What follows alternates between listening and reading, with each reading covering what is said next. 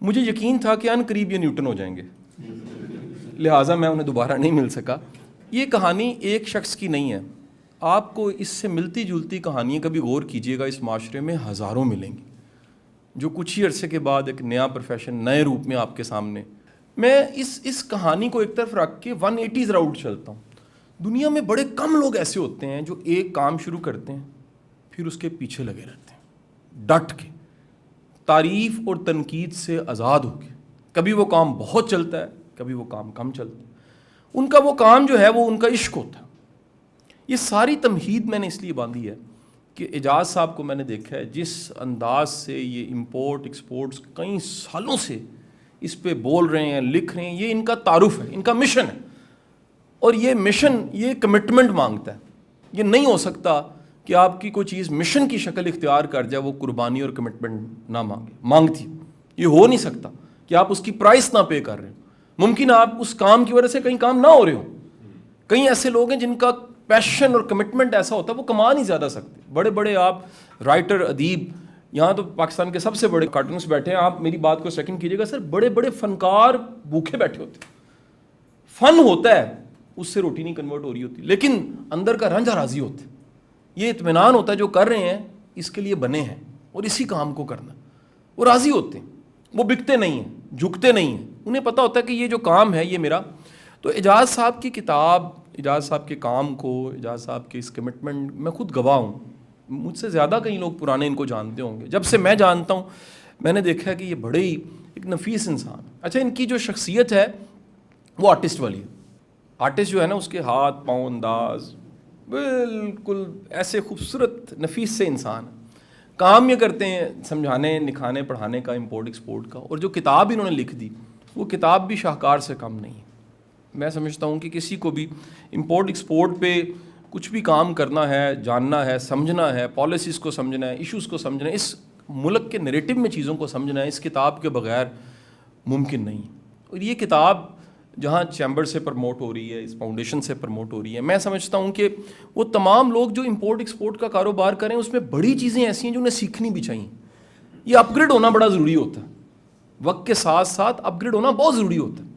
میرے بڑے ہی محترم بڑے بھائی شیخ صاحب یہاں موجود ہیں، میں تو ان کا بھی بڑا دیوانہ ہوں، یہ بھی کمال پیشن والے انسان ہیں۔ ان کا اصل تعارف مجھے لگتا ہے یہ ٹیکس کے میٹرز کو انہیں لگتا ہے یہی جمع کر رہے ہیں ٹیکس، حالانکہ یہ نہیں کر رہے لیکن یہ اتنی سہولت فراہم کر رہے ہیں۔ میں نے انہیں ایک دفعہ گزارش بھی کی تھی اور آج بھی سرعام یہ بات کہوں گا کہ سر یہ ٹیکس اویئرنیس بڑی امپورٹنٹ چیز ہے۔